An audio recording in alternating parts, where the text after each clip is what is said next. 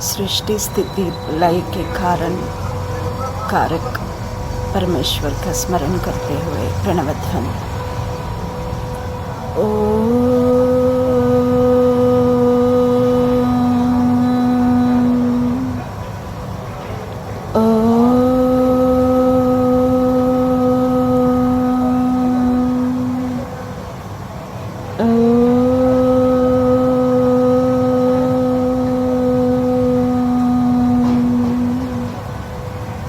नमस्ते जी।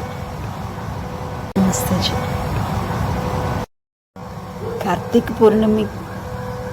कार्तिक पूर्णिमा की और गुरु नानक जयंती की हार्दिक शुभकामनाएं सभी को। इस पावन अवसर पर महायोगी शिव जी और माता पार्वती को स्मरण करते हुए हम आज दर्शन संबंधित विषय, दार्शनिक विषय पर चर्चा करेंगे, देखेंगे। मैं एक सार्वदेशिक आर्य प्रतिनिधि सभा में मुद्रित एक विषय में आपके सम्मुख प्रस्तुत करना चाहती हूँ।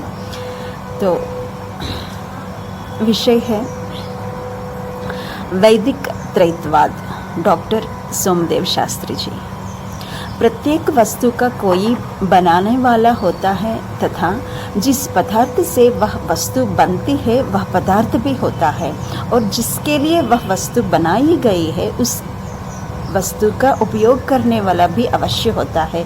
इन तीनों के बिना वस्तु का निर्माण नहीं हो सकता और ना ही उपयोगिता सिद्ध हो सकती है।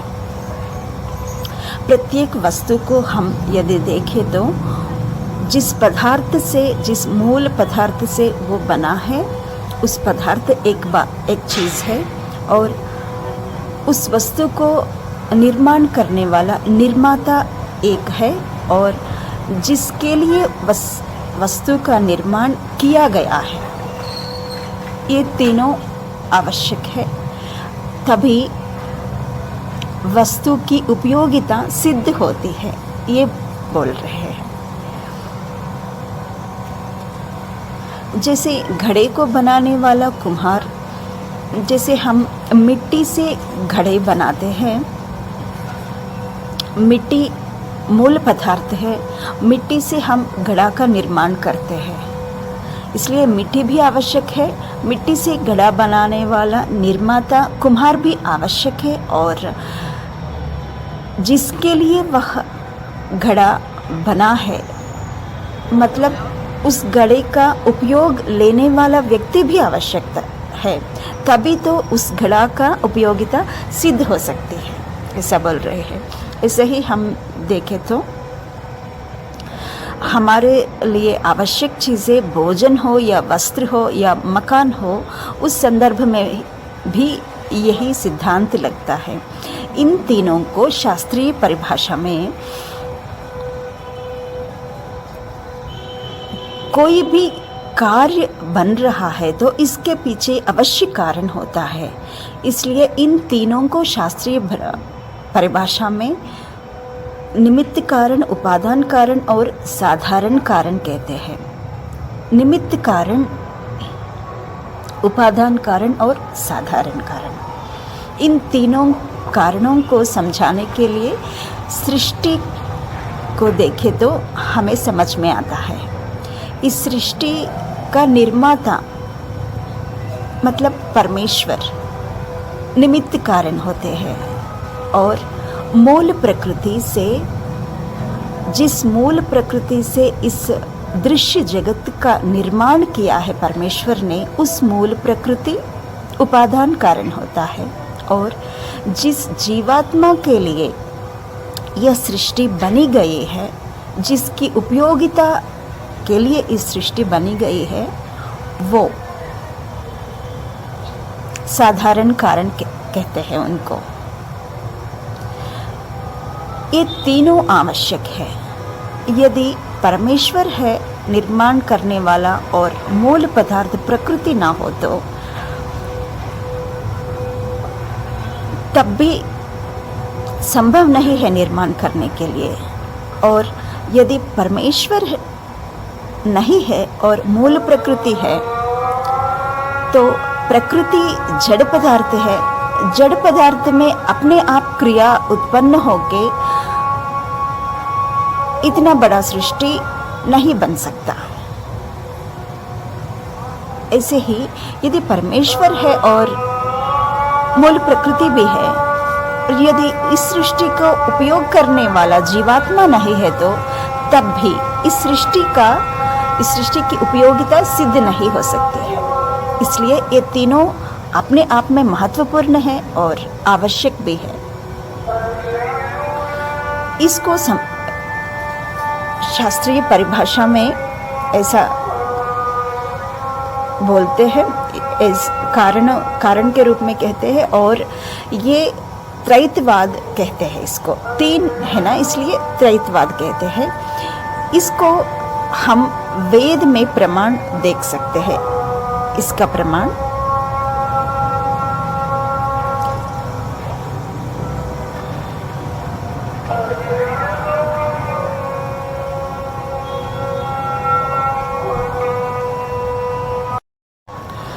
द्वासुपर्णा सयुजा सखा या समानं वृक्षं परिशस्वजाते तयोरन्यः पिप्पलं स्वाद्वत्यनश्नयो अभिचाकशीते। ऋग्वेद का मंत्र है। यहाँ प्रकृति को एक वृक्ष की तरह बोल रहे हैं। वृक्ष में बैठा हुआ दो पक्षी, एक पक्षी उस वृक्ष के फल को खा रहा है और एक पक्षी चारों ओर देख रहा है। इसलिए खाने वाला जो पक्षी है वो उसको जीवात्मा कहते हैं। इसका तात्पर्य है कि इस जगत में हम जो भी कार्य करते हैं उसका फल भी हम ही भोगते हैं। और दूसरा पक्षी जो चारों ओर देख रहे हैं वो परमात्मा है। वो सृष्टि का संचालन कराते हैं, सबका ख्याल रखते हुए। यहाँ त्रैतवाद को सिद्ध करने के लिए इस मंत्र को प्रमाण लिया गया है। महाभारत के पश्चात जब वेद विद्या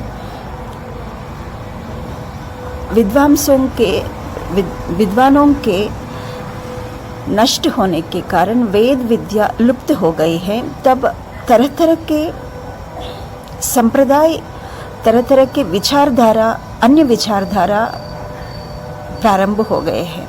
जैसे द्वैतवाद, अद्वैतवाद, द्वैताद्वैतवाद, विशिष्टाद्वैतवाद, इस तरह रामानुजाचार्य, शंकराचार्य, उन सभी के द्वारा इस तरह के मान्यताएं, विचारधाराएं प्रारंभ हो गए हैं। उन्हीं विचारधारा में पढ़कर लोग वैदिक त्रैतवाद को समझ नहीं पा रहे हैं।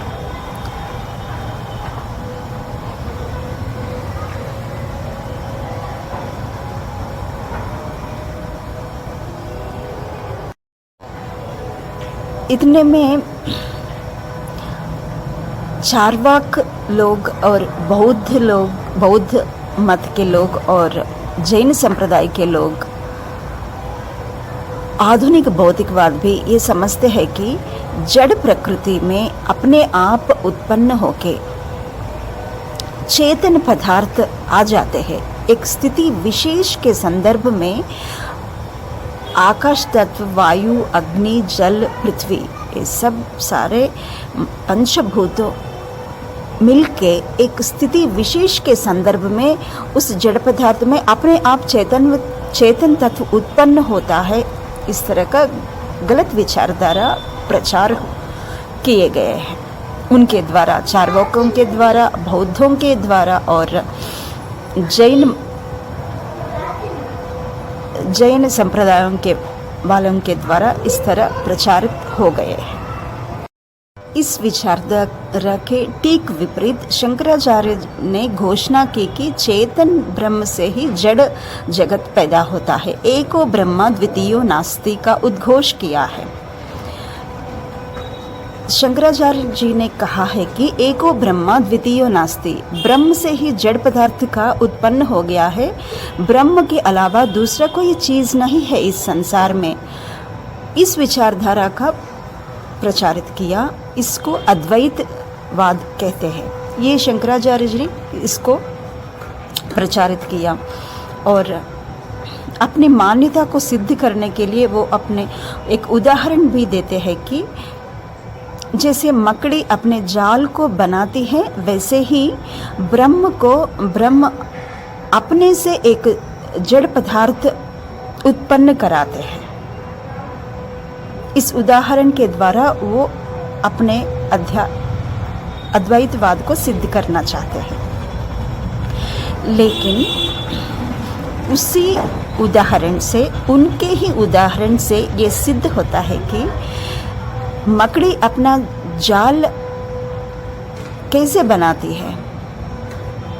अपना शरीर और जीवात्मा, जो मकड़ी में रहने वाला है वो जीवात्मा, ये दोनों मिलकर उन दोनों के परस्पर सहयोग से ये जाल बन रहा है ये जाल।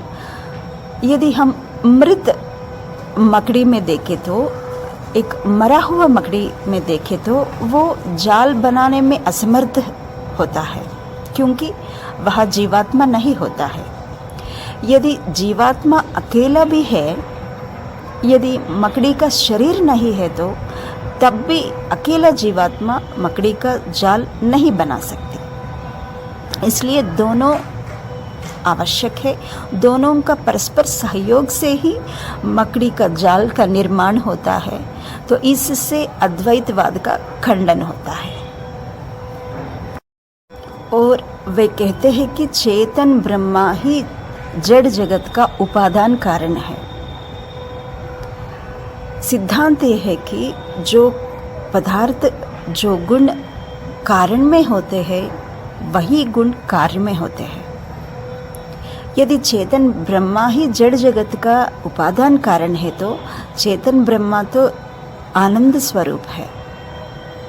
उस आनंद स्वरूप ब्रह्मा से उत्पन्न होने वाला इस जगत में हमें कहीं भी दुख नहीं होना चाहिए। लेकिन हम देखते हैं संसार में दुख भी है। तो दुख क्यों है? इस प्रश्न का समाधान वो नहीं कर पाते।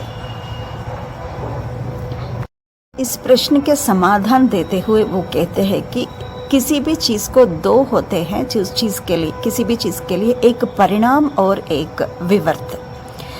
परिणाम ये होता है कि जैसे दूध पर दूध को जमा दिया गया तो दही बन जाता है, ये परिणाम होता है। और एक विवर्त होता है। विवर्त मतलब भ्रम है।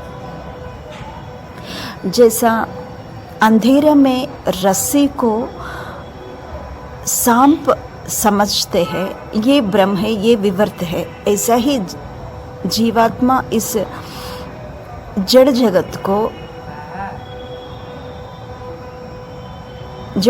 को अस्तित्व जैसे समझ रहा है, लेकिन इसका कोई अस्तित्व नहीं होता है, माया है ये। लेकिन वही उदाहरण से ये सिद्ध होता है कि उस रस्सी को इसलिए सांप समझा है क्योंकि सांप को कहीं ना कहीं देखा है किसी ने। सांप का अस्तित्व है, तभी तो उस रस्सी को, टेढ़ी मेढ़ी रस्सी को देखकर सांप समझ रहे हैं। यदि सांप ना हो तो उस रस्सी की आकृति देखकर सांप का याद नहीं आता है। तो इससे भी, इस उदाहरण से भी अद्वैतवाद का खंडन हो जाता है। सांप का अस्तित्व स्वीकार करना ही पड़ता है। और एक उदाहरण देते हैं वो, जैसा स्वप्न में हमें कई तरह के चित्र दिखते हैं, लेकिन वास्तविकता में उन चित्रों का अस्तित्व नहीं होता है। इस उदाहरण के बारे में देखें तो स्वप्न में जो भी देखते हैं वो हमारी जागृत अवस्था में जिस पदार्थ को या जिस व्यक्ति को देखा है हमने, उस व्यक्ति का चित्र संबंधित संस्कार नींद में सक्रिय होने के कारण स्वप्नावस्था में उनका चित्र दिख रहे हैं। यदि जन्मांध व्यक्ति हो तो वो किसी भी चीज को देख नहीं पाता, इसलिए उनको इस तरह का चित्र स्वप्न में भी नहीं आते हैं। इसका मतलब जागृत अवस्था में उन चित्रों का अस्तित्व स्वीकार करना ही पड़ता है। इस तरह अद्वैतवाद खंडन हो जाता है। और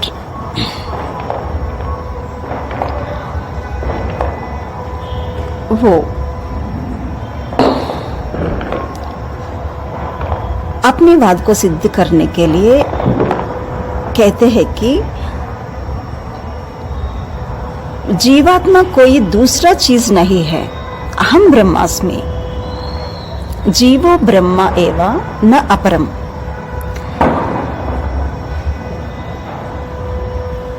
मैं ही ब्रह्म हूँ, ये उपनिषद का वाक्य के आधार से समझाते हैं। मैं ही ब्रह्म हूँ और जीवात्मा ही ब्रह्म होता है।